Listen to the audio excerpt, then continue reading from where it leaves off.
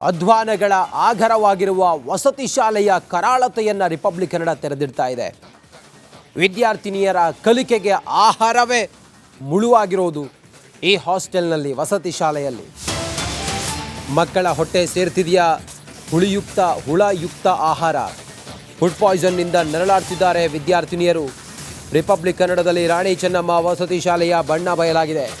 ಅಧ್ವಾನಗಳು ಎಷ್ಟಿದೆ ಅಂತ ಕೇಳಿದರೆ, ಆ ವಿದ್ಯಾರ್ಥಿನಿಯರು ಸೇವಿಸುವಂಥ ಆಹಾರ ಇದೆಯಲ್ಲ, ಆ ಆಹಾರವೇ ವಿದ್ಯಾರ್ಥಿನಿಯರ ಆರೋಗ್ಯಕ್ಕೆ ಮುಳುವಾಗಿದೆ. ಮಕ್ಕಳ ಹೊಟ್ಟೆ ಸೇರ್ತಾ ಇದೆಯಾ ಹುಳಯುಕ್ತ ಆಹಾರ. ಫುಡ್ ಪಾಯ್ಸನ್ನಿಂದ ವಿದ್ಯಾರ್ಥಿನಿಯರು ನರಳಾಡ್ತಿದ್ದಾರೆ. ರಿಪಬ್ಲಿಕ್ ಕನ್ನಡದ ವರದಿಯ ನಂತರ ಈಗ ಬಯಲಾಗಿದೆ ವಿದ್ಯಾರ್ಥಿನಿಯರ ನರಳಾಟ. ರಾಣಿ ಚೆನ್ನಮ್ಮ ವಸತಿ ಶಾಲೆಯ ಬಣ್ಣವನ್ನು ಬಯಲು ಮಾಡ್ತಾ ಇದೆ ರಿಪಬ್ಲಿಕ್ ಕನ್ನಡ. ವಿದ್ಯಾರ್ಥಿನಿಯರ ಆರೋಗ್ಯಕ್ಕೆ ಮುಳುವಾಗಿರೋದೇ ವಸತಿ ಶಾಲೆಯಲ್ಲಿ ನೀಡುತ್ತಿರುವ ಆ ಆಹಾರ. ಆ ಆಹಾರವನ್ನು ಸೇವಿಸಿದಂಥ ವಿದ್ಯಾರ್ಥಿನಿಯರು ಫುಡ್ ಪಾಯ್ಸನ್ನಿಂದ ಬಳಲ್ತಾ ಇದ್ದಾರೆ. ಮುದ್ದೇಬಿಹಾಳದ ರಾಣಿ ಚೆನ್ನಮ್ಮ ವಸತಿ ಶಾಲೆಯಲ್ಲಿ ಅವ್ಯವಸ್ಥೆಯ ಆಗರ ಇದು. ರಾಣಿ ಚೆನ್ನಮ್ಮ ವಸತಿ ಶಾಲೆಗೆ ಹುಳುಯುಕ್ತ ದಿನಸಿಯನ್ನು ಪೂರೈಕೆ ಮಾಡಿದ್ದಾರೆ. ದಿನಸಿಯಲ್ಲಿನ ಹುಳು ಬೇರ್ಪಡಿಸೋದೇ ಸಿಬ್ಬಂದಿ ನಿತ್ಯ ಸಾಹಸವಾಗಿದೆ. ನೂರಾರು ವಿದ್ಯಾರ್ಥಿನಿಯರ ಆರೋಗ್ಯದೊಟ್ಟಿಗೆ ಚೆಲ್ಲಾಟ ಆಡ್ತಾ ಇರುವಂಥ ವ್ಯವಸ್ಥೆ. ಅಕ್ಕಿ ಬೇಳೆ ಸೇರಿ ಬಹುತೇಕ ದಿನಸಿ ಕಳಪೆ ಗುಣಮಟ್ಟದ್ದೇ ಆಗಿದೆ. 10 ಬಾರಿ ದೂರು ನೀಡಿದ್ರು ಕೂಡ ಅಧಿಕಾರಿಗಳು ಡೋಂಟ್ ಕೇರ್ ಅಂತಿದ್ದಾರೆ. 6 ತಿಂಗಳಿನಿಂದ ವಿದ್ಯಾರ್ಥಿಗಳಿಗೆ ಅನಾರೋಗ್ಯ ಹಿಂಗೇನೆ. ತಾವು ತಿನ್ನುವಂತ ದಿನಸಿಯಲ್ಲಿರುವಂತ ಹುಳುಗಳನ್ನ ತಾವು ನೋಡಿ, ಈ ಹುಳುಗಳಿದ್ರೆ ಪಾಪ ಹೇಗ್ ತಿಂತಾರೆ? ನಿಮ್ಮನೆ ಮಕ್ಕಳಿಗೆ ಶಾಲೆಯಲ್ಲಿ ಈ ರೀತಿ ಏನಾದ್ರೂ ಆಹಾರ ಕೊಟ್ರೆ ಜನಪ್ರತಿನಿಧಿಗಳೇ ನೀವು ಏನ್ ಮಾಡ್ತೀರಿ? ಬಡ ಕುಟುಂಬದಿಂದ ಬಂದಂತ ವಿದ್ಯಾರ್ಥಿನಿಯರು ಈ ಹುಳುಗಳನ್ನ ತಿಂದು ಆರೋಗ್ಯವನ್ನ ಕೆಡಿಸಿಕೊಳ್ತಾ ಇದ್ದಾರೆ. ಆರೋಗ್ಯ ಹಾಳಾಗ್ತಾ ಇದೆ. ಫುಡ್ ಪಾಯ್ಸನ್ ನಿಂದ ಆಸ್ಪತ್ರೆ ಸೇರ್ತಾ ಇದ್ದಾರೆ. ಎಂತ ವಿಪರ್ಯಾಸ ಇದು! ಮುದ್ದೇಬಿಹಾಳದ ರಾಣಿ ಚೆನ್ನಮ್ಮ ವಸತಿ ಶಾಲೆಯಲ್ಲಿ ವಿದ್ಯಾರ್ಥಿಗಳು ತಿನ್ನುವಂತ ಆಹಾರದಲ್ಲಿ ಹುಳುಗಳು ನೋಡಿ, ಬಿಜಿ ಅನ್ನುವಂತ ಹುಳುಗಳು. ಸಿಬ್ಬಂದಿಗೆ ಹುಳುಗಳನ್ನ ಬೇರ್ಪಡಿಸುವುದೇ ದೊಡ್ಡ ಸಾಹಸವಾಗಿದೆ. ಮಾನ್ಯ ಮುಖ್ಯಮಂತ್ರಿಗಳು ಇದನ್ನು ಬಹಳ ಗಂಭೀರವಾಗಿ ಪರಿಗಣಿಸಬೇಕಾಗಿದೆ.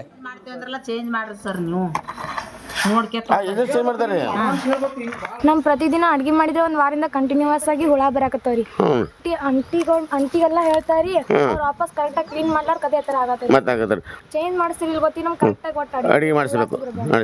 ಇದು ಬಾಳ ದಿನ ಐತಿ, 2 ತಿಂಗಳು ಮತ್ತೆ ಕರೆಕ್ಟ್ ಮಾಡಿದ್ರಿ, ಮತ್ತೆ ಒಂದ್ ವಾರದಿಂದ ಕಂಟಿನ್ಯೂ ಬರಾಕತ್ತವ್ರಿ. ನಮ್ ಪ್ರತಿದಿನ ಅಡ್ಗೆ ಮಾಡಿದ್ರೆ ಒಂದ್ ವಾರದಿಂದ ಕಂಟಿನ್ಯೂಸ್ ಆಗಿ ಹುಳ ಬರಾಕತ್ತವ್ರಿ. ಅಂಟಿಗೆಲ್ಲ ಹೇಳ್ತಾರಿ, ಅವ್ರು ವಾಪಸ್ ಕರೆಕ್ಟ್ ಆಗಿ ಕ್ಲೀನ್ ಮಾಡ್ಲಾರ ಕದೇ ತರ ಆಗತ್ತರಿ. ಚೇಂಜ್ ಮಾಡಿಸ್ತಿರಿ ಗೊತ್ತಿ, ನಮ್ ಕರೆಕ್ಟ್ ಆಗಿ ಒಟ್ಟು ಅಡಿಗೆ ಮಾಡಿಸ್ಬೇಕು.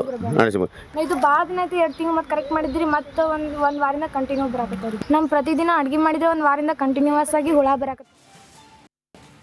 ನಮ್ಮ ಪ್ರತಿನಿಧಿ ಅಲ್ಲಿನ ಚಿತ್ರಣವನ್ನ ವಿವರಿಸಿದ್ರು. ಹೀಗಿದೆ ನೋಡಿ, ಆ ವಿಜುವಲ್ನಲ್ಲಿ ತಾವು ಗಮನಿಸ್ತಾ ಇದ್ರಲ್ಲ, ಹೇಗಿತ್ತು ಅನ್ನೋದನ್ನ ತಾವು ನೋಡಿದ್ರಿ. ಕಣ್ಣಿಗೆ ಕಟ್ಟುವ ರೀತಿಯಲ್ಲಿ ಹುಳುಗಳು ಹರಿದಾಡ್ತಿರೋದನ್ನ ಅಲ್ಲಿಂದ ವಿಡಿಯೋ ಮಾಡಿ ಕಳಿಸಿದ್ರು.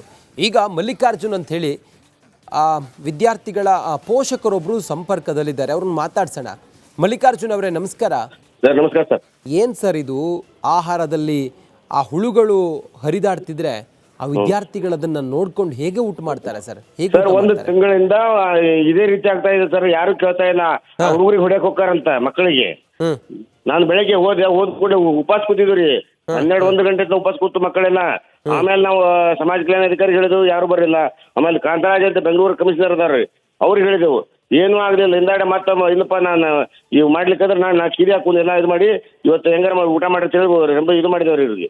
ಆದ್ರೆ ಅಲ್ಲಿ ಅಡಿಗೆ ಒಳಗೆ ಎಲ್ಲ ಹುಳ ಅದಾವ್ರಿ, ಸ್ವಚ್ಛ ಮಾಡಂಗಿಲ್ಲ ಅವರು, ಏನು ಮಾಡಂಗಿಲ್ಲ. ಮತ್ತು ಊಟ ಸರಿಯಾಗಿ ಕೊಡಂಗಿಲ್ಲ ರೀ, ನಾಷ್ಟ ಇಲ್ಲ, ಏನು ಕೊಡಲ್ಲ. ಭಾಳ ಚಿತ್ರ ವಿಷಯ ಮಾಡ್ತಾರೆ ರೀ. ಅದು ಪರಿಶಿಷ್ಟ ಪಂಗಡ ಎಷ್ಟೇ ಹಾಸ್ಟೆಲ್ ರೀ ಅದು, ಕಿತ್ತೂರು ಚೆನ್ನಮ್ಮ ವಸತಿ ಶಾಲೆ ರೀ ಸರ್ ಅದು.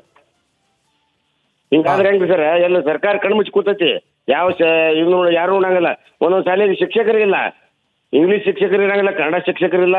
ಮತ್ತು ಮಕ್ಕಳು ಹೆಂಗೆ ಪಾಸ್ ಆಗ್ಬೇಕ್ರಿ? ಎಲ್ಲ ಭಾಳ ಚಿತ್ರ ವಿಷಯ ಮಾಡಕತ್ತಾರೆ. ಯಾರು ಕೇಳ್ತಾರಿಲ್ಲ, ಜಿಲ್ಲಾಧಿಕಾರಿಗಳು ಕೇಳ್ತಾರಿಲ್ಲ, ಸಮಾಜ ಕಲ್ಯಾಣ ಅಧಿಕಾರಿಗಳು ಕೇಳ್ತಾ ಇಲ್ಲ. ಮಕ್ಕಳ ಪರಿಸ್ಥಿತಿ ಹೆಂಗ್ರಿ? ಅದು ಬಡವ್ರ ಮಕ್ಕಳೆಲ್ಲ ಹೋಗಿರ್ತಾವೆ ಸರ್. ಏನೋ ಸರ್ಕಾರ ಸೌಲಭ್ಯ ಐತಿ, ನಾವು ಕಲಿಬೇಕು, ಮುಂದೆ ಒಳ್ಳೆ ಕಳ್ಸೋದ್ರಲ್ಲೇ ಹಿಂಗೆ ಮಾಡಿದ್ರೆ. ಮೊನ್ನೆ ಮುರುಗೂರೊಳಗೆ ಹಂಗೆ ಮಾಡಿದ್ರಿ. ಅಲ್ಲೆಲ್ಲ ಗಾಂಜಾ ಸೇದೋದು, ಸಿಗರೇಟ್ ಸೇದೋದು, ಅಲ್ಲಿ ಅದು ಹಂಗೆ ಆಯ್ತು. ಮತ್ತು ಇನ್ನೊಂದು ವಿಭೂತಿ ಹೇಳಿದ್ರಿ, ಅಲ್ಲಿ ಪ್ರಿನ್ಸಿಪಾಲ್ ಚಡ್ಡಿ ಹಾಕೊಂಡು ಅಡ್ಯಾಡ್ತಾನೆ ರೀ. ಹಿಂಗಾದ್ರೆ ಹೆಂಗೆ ಸರ್? ಬಿಜಾಪುರ. ಮಲ್ಲಿಕಾರ್ಜುನ್ ಅವರೇ, ಹ್ಞೂ ಸರ್, ಈ ನಿರ್ಲಕ್ಷ್ಯ ಆ ಮಕ್ಕಳೆಲ್ಲ ಬಡ ಕುಟುಂಬದಿಂದ ಬಂದವರು ಅನ್ನೋ ಕಾರಣಕ್ಕೋಸ್ಕರನ ಪಾಪ ಅವರಿಗೆ ಮಾತಾಡೋಕೆ ಧ್ವನಿ ಇಲ್ಲ ಅನ್ನೋ ಕಾರಣಕ್ಕೋಸ್ಕರನ, ಅಥವಾ ಅವರ ಧ್ವನಿ ಎಷ್ಟೇ ಚೀರಾಡಿದ್ರು ಕಿರುಚಾಡಿದ್ರು ಏನೇ ಆದ್ರೂ ಕೂಡ ತಲುಪಬೇಕಾದವರಿಗೆ ತಲುಪಲ್ಲ ಅನ್ನೋ ಕಾರಣಕ್ಕೋಸ್ಕರನ? ಅವ್ರು ಏನಿದೆ ಸಿಟಿ ಮೇಲೆ ಬರ್ತಾರೆ ಸರ್. ಹೊಳ್ಳಿ ಜಿಲ್ಲೆಗೆ ಅಧಿಕಾರಿಗಳು ರೊಕ್ಕ ಕೊಟ್ಟು ಬಂದ್ಬಿಡ್ತಾರೆ. ಯಾಕಂದ್ರೆ ಹೊಳ್ಳಿ ಅವ್ರಿಗೆ ಇದು ಅನುಕೂಲ ಆಗ್ಬಿಟ್ಟದ್ರಿ. MLA ಹಿಡಿತಾರೆ, ಮಿನಿಸ್ಟ್ರಿಗೆ ಹಿಡಿದು ರೊಕ್ಕ ಕೊಟ್ಟು ಇಲ್ಲೇ ಬರ್ತಾರೆ, ಮತ್ತೆ ಅದೇ ಮಾಡ್ತಾರೆ. ಏನು ಮಾಡಾಕ್ತಾರೆ ಇಲ್ಲ. ಯಾಕಂದ್ರೆ ಅಲ್ಲಿ ದಲಿತ ಮಕ್ಕಳು, ಪರಿಶಿಷ್ಟ ಮಕ್ಕಳು, ವಾಲ್ಮೀಕಿ ಜನಾಂಗ ಮಕ್ಕಳಲ್ಲಿ ಅವ್ರಿಗೆ ಯಾರು ಕೇಳೋರಿಲ್ಲ. ಇನ್ನು ಮನೆ ಚಿತ್ರ ವಿಷಯ ಮಾಡಿದ್ರೆ ಹೆಂಗೆ ಸರ್? ನಾವೇನು ಸರ್ಕಾರ ಏನು ಅನ್ಬೇಕು ನಾವು? ಅವ್ರು ನಾಟಿ ಬರ್ಬೇಕ್ರಿ ಸರ್ಕಾರಕ್ಕೆ ಅಂತ. ನಾಲ್ಕು ಸರ್ಕಾರ ಮಕ್ಕಳಿಗೆ ಏನು ಮನೆ ಮಾಡಿದ್ರೆ ಹುಳ ಚಿದ್ರಿ ತಂದು ಅವ್ರಿಗೆ ಮಕ್ಕಳಿಗೆ ಇವ್ರ ಮಲ್ಲಿಕಾರ್ಜುನ್ ಅವರೇ, ನೀವು ಹಾಗೆ ಸಂಪರ್ಕದಲ್ಲಿರಿ, ನಿಮ್ಮನ್ನ ನಾನು ಮಾತಾಡಿಸ್ತೀನಿ. ಸಮಾಜ ಕಲ್ಯಾಣ ಇಲಾಖೆಯ ಅಧಿಕಾರಿ ಮಹೇಶ್ ಅನ್ನೋರು ನಮ್ಮ ಜೊತೆಯಲ್ಲಿ ಈಗ ಸಂಪರ್ಕದಲ್ಲಿದ್ದಾರೆ. ನಮಸ್ಕಾರ ಮಹೇಶ್ ಅವರೇ. ಸರ್ ನಮಸ್ತೆ ಸರ್. ನಮಸ್ತೆ ಸರ್, ತಮಗೆ ಈ ಹುಳು ಓಡಾಡ್ತಿದ್ಯಲ್ಲ, ಈ ದವಸ ಧಾನ್ಯದಲ್ಲಿ ಅಡುಗೆ ಮಾಡಿ ಕೊಟ್ರೆ ನೀವು ಊಟ ಮಾಡ್ತೀರಾ? ಅದು ಯಾರಿಂದಲೂ ಸಾಧ್ಯ ಅಲ್ಲ ಬಿಡಿ ಸರ್. ಊಟ ಮಾಡ್ತೀರಾ ಸರ್ ಹೇಳಿ? ಯಾರಿಗೂ ಮಾಡಕ್ಕಾಗಲ್ಲ, ನಮಗೂ ಮಾಡಕ್ಕಾಗಲ್ಲ, ನಿಮಗೂ ಮಾಡಕ್ಕಾಗಲ್ಲ. ಆಗಲ್ವಲ್ಲ? ಮತ್ತೆ ಆ ಮಕ್ಕಳಿಗೆಲ್ಲ ಏನ್ ಸರ್ ಶಾಪ? ಆ ಮಕ್ಕಳು ಮುದ್ದೆಬಿಹಾಳದ ರಾಣಿ ಚೆನ್ನಮ್ಮ ವಸತಿ ಶಾಲೆಯಲ್ಲಿ ಓದುತ್ತಿರೋದೇ ಆ ಮಕ್ಕಳಿಗೆ ಉರುಳ ಹೇಗೆ ಅಂತ? ಇಲ್ಲ ಸರ್, ಅದು ಮೊನ್ನೆ ನನಗೆ ಗಮನಕ್ಕೆ ಸಾಯಂಕಾಲ ಗೊತ್ತಾಯ್ತು ಸರ್. ನಾನು ನಿನ್ನೆನೆ ಅಲ್ಲಿ ಸ್ಕೂಲಿಗೆ ವಿಸಿಟ್ ಮಾಡಿದ್ದೀನಿ ಸರ್.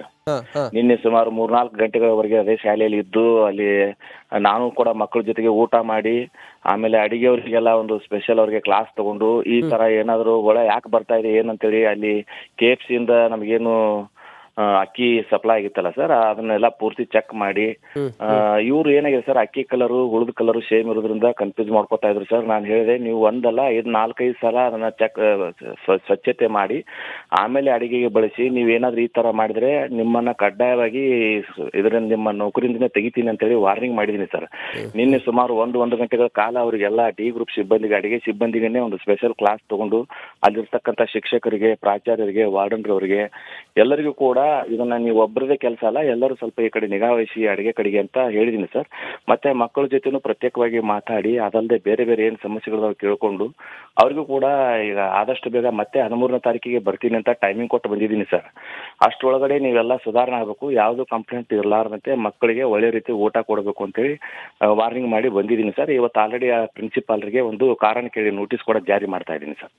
ಸರ್, ಇನ್ನು ಮುಂದೆ ಮಹೇಶ್ ಪೋತುದಾರ್ ಅವರೇ, ತಾವು ಮೀಟಿಂಗ್ ಮಾಡಿದ್ರಿ, ಮತ್ತೊಂದು ಹೇಳಿದ್ರಿ, ಆಯ್ತು. ಇನ್ನು ಮುಂದೆ ಆ ಬಡ ಕುಟುಂಬದ ಮಕ್ಕಳು ಊಟ ಮಾಡುವಂತ ಊಟದಲ್ಲಿ ಹುಳು ಏನಾದ್ರೂ ಪತ್ತೆ ಆದ್ರೆ ಏನ್ ಮಾಡ್ಬೇಕು ನೀವೇ ಹೇಳಿ ಸರ್. ಸರ್, ಇನ್ನು ಮುಂದೆ ಅವರು ಮಾಡೋದೇ ಇಲ್ಲ ಸರ್. ಯಾಕಂದ್ರೆ ಒಂದ್ ವೇಳೆ ಅಂದ್ರೆ ಹುಳು ಪತ್ತೆ ಆದ್ರೆ ಖಂಡಿತ ಅವ್ರನ್ನೆಲ್ಲರನ್ನು ಅಲ್ಲಿಂದ ನಾನು ರಿಮೂವ್ ಮಾಡ್ತೀನಿ ಸರ್. D ಗ್ರೂಪ್ ಸಿಬ್ಬಂದಿ ಎಷ್ಟು ಜನ ಇದಾರೆ ಅಷ್ಟು ಜನರಿಗೆ ಈಗಾಗಲೇ ಸುಮಾರು 15 ವರ್ಷಗಳಿಂದ ಅವರು ಆ D ಗ್ರೂಪ್ ಸಿಬ್ಬಂದಿಯಲ್ಲಿ ಕೆಲಸ ಮಾಡ್ತಾ ಇರ್ತಾರೆ. ಯಾವತ್ತೂ ಈ ಸಮಸ್ಯೆ ಕಾಣಿಸ್ಕೊಂಡಿರ್ಲಿಲ್ಲ. ಈ ಕಳೆದ 3-4 ದಿನಗಳಿಂದ ಮಕ್ಕಳಿಗೆ ಅವ್ರ ಸಿಬ್ಬಂದಿಗೆ ಹೇಳಿದ್ದಾರೆ ಸರ್, ಆಂಟಿ ಇಲ್ಲಿ ಸ್ವಲ್ಪ ಹುಳು ಬರ್ತಾ ಇದೆ, ನಮ್ಗೆ ತಿನ್ನಕ್ ಆಗ್ತಾ ಇಲ್ಲ. ಮಹೇಶ್ ಪೋತುದಾರ್ ಅವರೇ, ನಿಮ್ಮ ಮಾತಿನ ಮೇಲೆ ನಮ್ಗೆ ನಂಬಿಕೆ ಇದೆ, ನಿಮ್ಮ ಬಗ್ಗೆ ನಮಗೆ ಭರವಸೆ ಇದೆ. ಇನ್ನು ಹಾಗಾಗದೇ ಇರಲಿ, ಆ ಮಕ್ಕಳು ಆರೋಗ್ಯ ಕೆಡಿಸ್ಕೊಂಡು ಆಸ್ಪತ್ರೆ ಸೇರದೇ ಇರಲಿ, ಒಂದು ಬದ್ಧತೆ ತಾವು ಪ್ರದರ್ಶಿಸಿ. Thank you so much Mahesh Potudar ಅವರೇ. ಥ್ಯಾಂಕ್ ಯು ರಿಪಬ್ಲಿಕ್ ಕನ್ನಡದ ಜೊತೆಗೆ ತಾವು ಮಾತಾಡಿದ್ದಕ್ಕೆ.